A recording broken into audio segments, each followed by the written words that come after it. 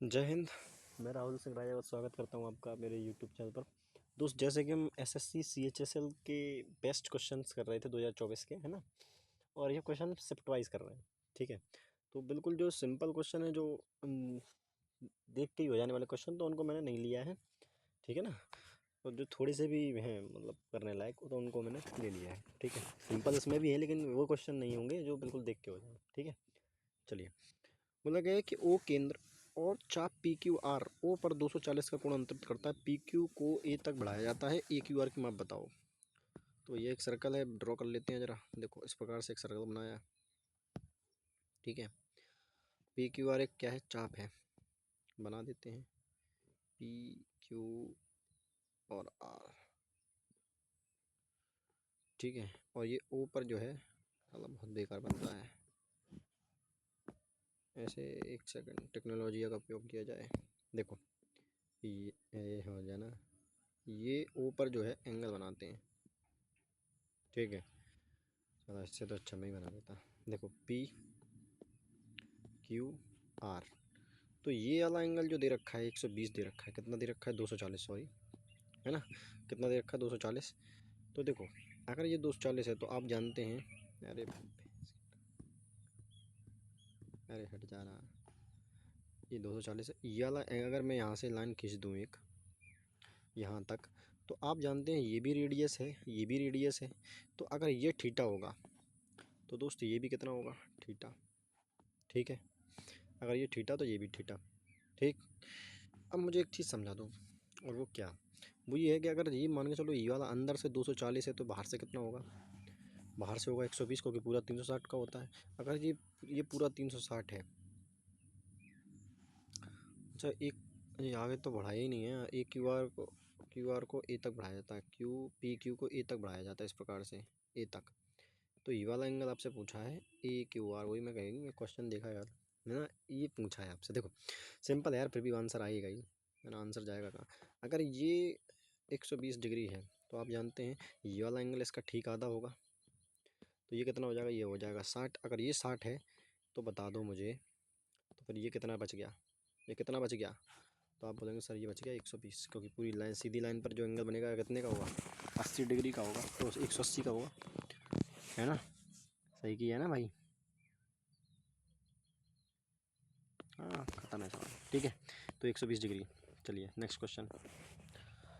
बोला है 4 इकाई त्रिज्या वाले वृत्त में लघु त्रिज्या खंड का परिमाप ज्ञात कीजिए जो 45 डिग्री का कोण बनाता है। तो देखो, त्रिज्या खंड निकालने का फॉर्मूला क्या होता है, तो आप बोलेंगे 2 pi r theta but upon 360 degree, 2 pi r तीन तीन थीटा बटे 360 डिग्री। और 2 आर लेना पड़ेगा, 2 आर तो लेना ही पड़ेगा, क्योंकि आप जानते हैं जैसे सेक्टर का एरिया मुझे निकालना है, परिमाप निकालना है, सॉरी। तो एक तो इसका निकलेगा, और प्लस ये जो बाउंड्री है इनका भी निकलने पड़ेगा, तो ये भी 4 होगा, ये भी 4 होगा।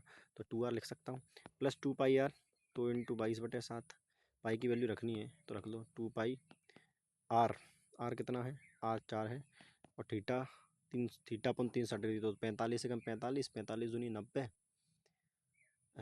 45 दूनी 90, 2 बार में 90 जाता है, तो 8 बार में जाएगा, तो 1/8 यहाँ से आ जाएगा। तो 4 एकम 4, 4 दूनी 8, 2 से कटेगा 2 बार, तो ये 4 दूनी 8, ये हो जाएगा 8 प्लस पाई। तो 8 प्लस पाई आपका आंसर हो जाएगा, ठीक है। तो थोड़ा छोटा हो जा भाई, तेरा टचक बहुत ज़्यादा है, ठीक है। चलो नेक्स्ट क्वेश्चन। देखा, दो समरूप त्रिभुज P Q R X Y Z का क्षेत्रफल इतना इतना है, क्यू आर इतना है, तो वाई जेड की लंबाई बताओ। आप जानते हैं क्या, कि जब भी कोई दो एंगल सिमिलर होते हैं, दो ट्रायंगल सिमिलर होते हैं, मुझे अच्छी जगह पे बैठने दो यार, 1 मिनट को। तो हाँ, तो जब भी दो त्रिभुज सिमिलर होते हैं, तो जो उनकी साइड का रेशियो होगा वही उनके एंगल्स का रेशियो होगा, वही मतलब उनकी साइड की लंबाई का रेशियो होता है ना। परिमाप का भी रेशियो सेम होता है, लेकिन एरिया के स्क्वायर में क्या होता है, मतलब एरिया का रेशियो क्या होता है, उनके स्क्वायर के बराबर होता है ना। तो जैसे ये 1296 है और ये है 63504, बराबर होगा इनके स्क्वायर के, या तो इसका रूट, इस पर रूट चढ़ा दो, या तो इनका स्क्वायर कर दो, 2.9 का स्क्वायर। और यहाँ मान लेता हूँ एक्स। अब मैं पॉइंट इसलिए नहीं लिखा हूँ क्योंकि यहाँ भी पॉइंट के बाद 2 अक्षर, यहाँ भी पॉइंट के बाद 2 अक्षर कट जाएगा, ठीक है, उसका कोई मतलब है नहीं, ठीक। तो मैं इसका क्या कर दे रहा हूँ, स्क्वायर, और इसके भी चढ़ा दे रहा हूँ स्क्वायर, ठीक है। अब ये रेशियो इसके बराबर होगा, क्योंकि स्क्वायर का जो अनुपात दे रखा होता है वो रेशियो के बराबर दे रखा होता है, स्क्वायर के बराबर, है ना रेशियो। ठीक, चलो 4 से काटना चालू करो। 4 तिया 12, ठीक है। 4 दूनी 8, 4 चौक 16, यहाँ काटेंगे। 4 एकम 4, 2 बचे, है ना। 4 पंचे 20, 3 बचे। 4 अट्ठे 32, 3 बचे। 4 सत्ते 28, 2 बचे। 4 छंग 24, 15 8 से 76, ठीक है। और कट रहा है क्या 4 से? अभी भी कट रहा है 4 से, तो फिर काटो इसको 4 से। इस बार इससे काटेंगे। 4 अट्ठे 32, 4 एकम 4, फिर से काटेंगे। 4 तिया 12, 3 बचे। 4 नम 36, 2 बचे। 27 हो गया। 4 छंग 24, 3 बचे। 4 नम 36, ठीक है कि नहीं। अब 9 से कट रहा है। 9 नम 81, फिर 9 चौक 36, 3 बचे। 9 चौक 36, 9 एकम 9। अब देखो, अगर मैं यहाँ से इसको हटाऊंगा तो आप जानते हैं इसके ऊपर रूट आ जाएगा। तो ये रूट के अंदर, जब रूट के अंदर 9 आएगा तो बाहर कितना आएगा? बाहर आएगा 3। और रूट के नंबर 441 आएगा तो बाहर कितना आएगा? 21 बराबर 2.9/x। सही बात है ना। हाँ, तो 3 सत्ते 21 और 7 का मल्टीप्लाई इससे करेंगे तो 7 रम 63, यूनिट वेट 3 आना चाहिए। ये आपका आंसर है। पॉइंट लगा ही दोगे, इतने तो होशियार हो ही यार। ठीक है, चलो। लिखा है ए बी डी सी समांतर समलंब चतुर्भुज ए बी सी डी के विकर्ण एक दूसरे को ऊपर प्रतिच्छेद करते हैं। यदि ए बी 2.5 सी डी है तो त्रिभुज ए ओ बी क्षेत्रफल त्रिभुज सी ओ डी के क्षेत्रफल का अनुपात बताओ। देखो, एक समलंब चतुर्भुज इस प्रकार से बना दो, ठीक है।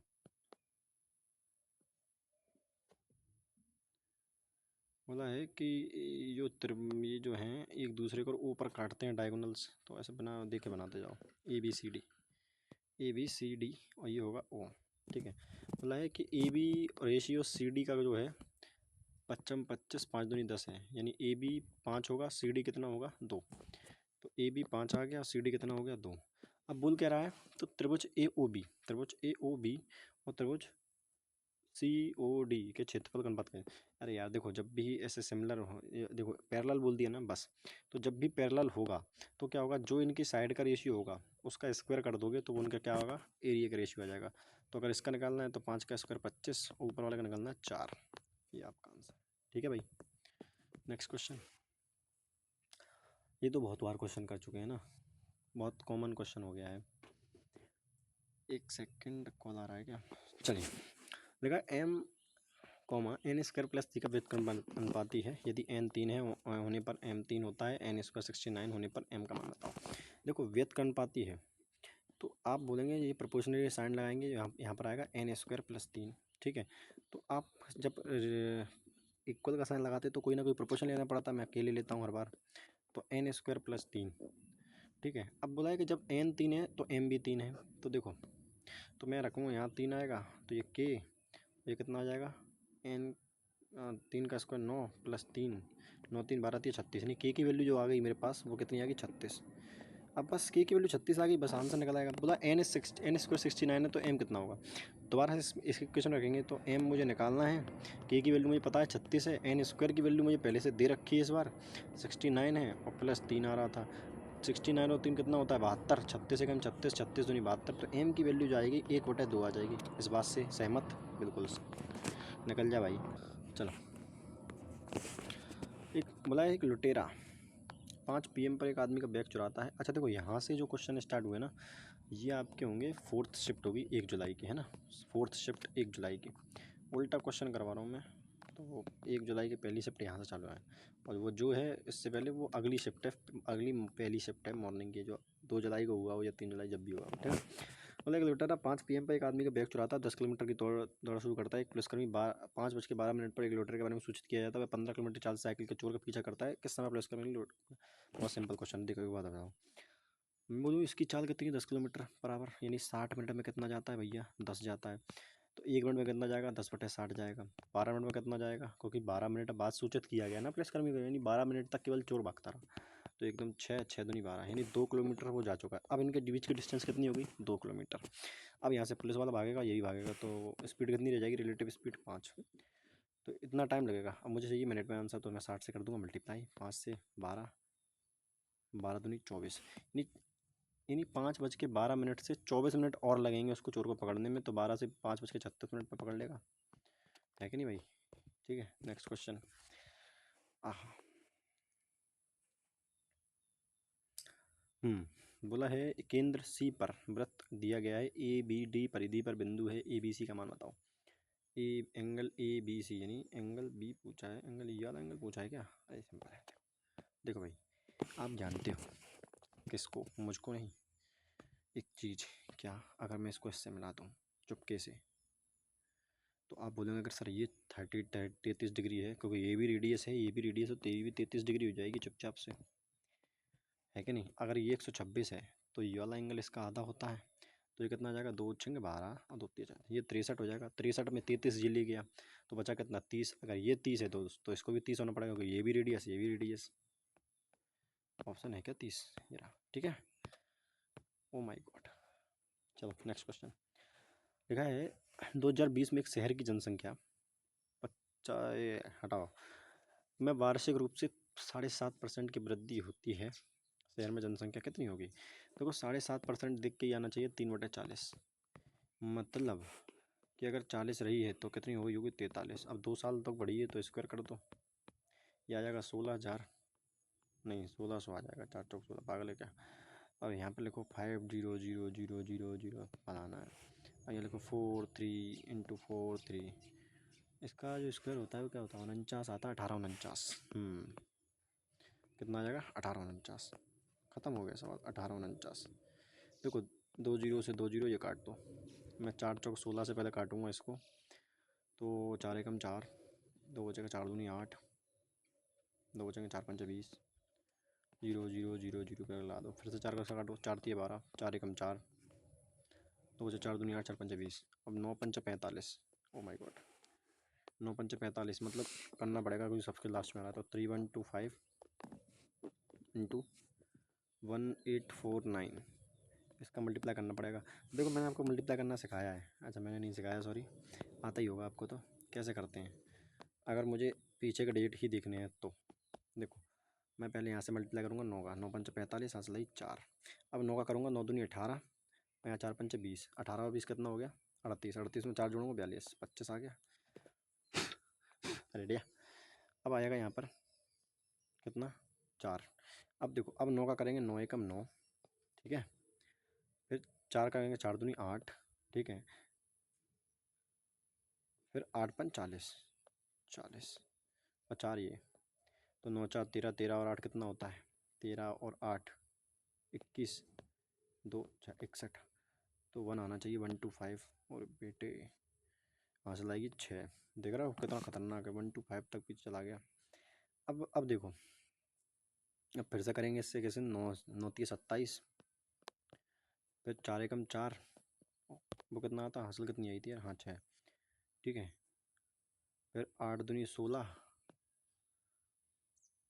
फिर 1 पंचे 5, है ना, 5 4 9, 9 7 16, 16 और 6 22, सांस लाई 2, 2 4 5, 5 ये 52, 52 तो 6 कितना होता है? 52 और 6 होता है आपका 58, तो 8 आएगा, तो 815 करके आएगा ये आपका आंसर, ठीक है ना भाई।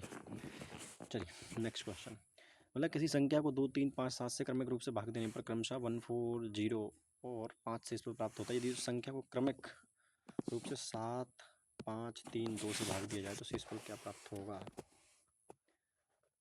देखो संख्या है, कैसे निकालना है निकाल दो।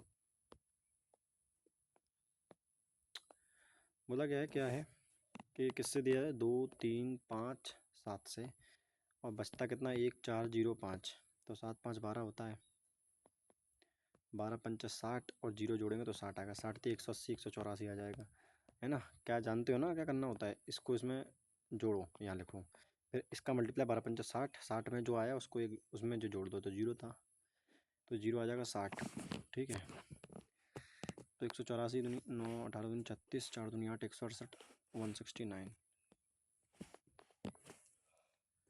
तो 184 × 2, 2 चौक 8, 2 अट्ठे 16, 2 एकम 2 1 368, 368 आएगा यार, 369 आ जाएगा, यानी जो नंबर आया मेरे पास वो कितना आया? 369।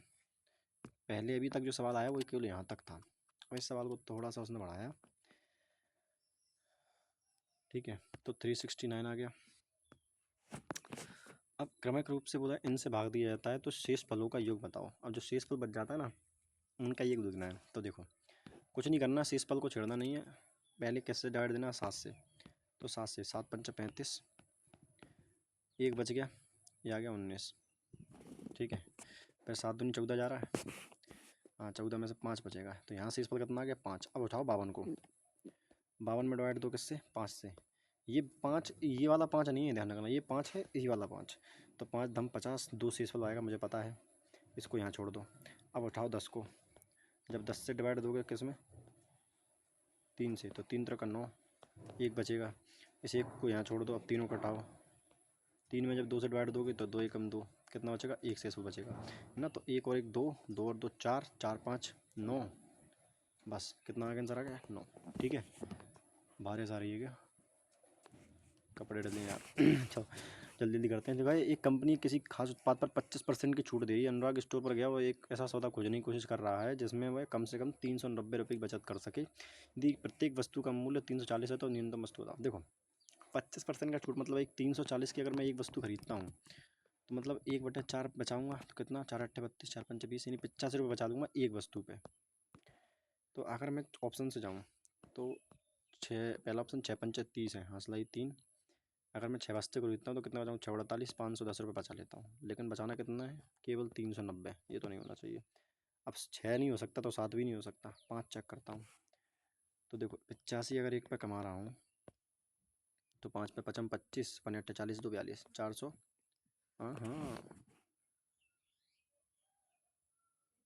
कम से कम 425 बचा सके प्रत्येक वस्तु। न्यूनतम कितनी होगी, कम से कम 485, इससे कम नहीं होना चाहिए। तो 384 नहीं होगा क्योंकि कम से कम पूछा है ना, तो कम से कम 425 बचा सकता है 5 वस्तु खरीद के। 390 से कम नहीं जाना है, ध्यान रखना, ठीक है। नेक्स्ट क्वेश्चन भाई, लास्ट क्वेश्चन देखो। बोला है कि कार्यालय में 12 कर्मचारी हैं, सभी कर्मचारियों की औसत आयु इतनी है, नया कर्मचारी शामिल हुआ तो औसत 37 वर्ष हो जाता है, नए शामिल हुए कर्मचारी की वर्तमान आयु होता। अच्छा बताओ 12 कर्मचारी की औसत आयु कितनी थी, 35.5 साल। अब हुआ कि एक नया कर्मचारी आया तो उम्र कितनी होगी, 37 हो गई, मतलब 1.5 बढ़ गई। 1.5 बढ़ गई, कितने लोगों पर बढ़ेगी, 13 लोगों की औसत तो सब में बटेगा, तो 13 पंचा 65, मसला ही 6 है ना, 13 एकम 13, 13 6 19, यानी 19.5 बढ़ गई, यानी 19.5 बढ़ गई सबका, यानी 19.5 वो एक्स्ट्रा लेके आया। और औसत था कितना, 35 35.5 पहले सा, तो ये 36 36 और 9 कितना होता है, 45 और 55, यानी वो कितने साल का था, 55 साल का। समझ में आएगी नहीं, देखो औसत तो यानी अगर वो 35.5 साल का ही होता तो औसत में कोई डिफरेंस नहीं आता, लेकिन वो इतना एक्स्ट्रा लेके आया तो यही तो उसकी एज होगी, तो इन दोनों को जोड़ेंगे तो आपका 55 साल आंसर हो जाएगा, ठीक है ना दोस्त। ये था आज का CHSL का जो है पेपर। अब आप समझ गए इसमें कौन कौन शिफ्ट कवर की है मैंने। तो 1 जुलाई की 4th और 2 जुलाई की पहली शिफ्ट, ठीक है। धन्यवाद।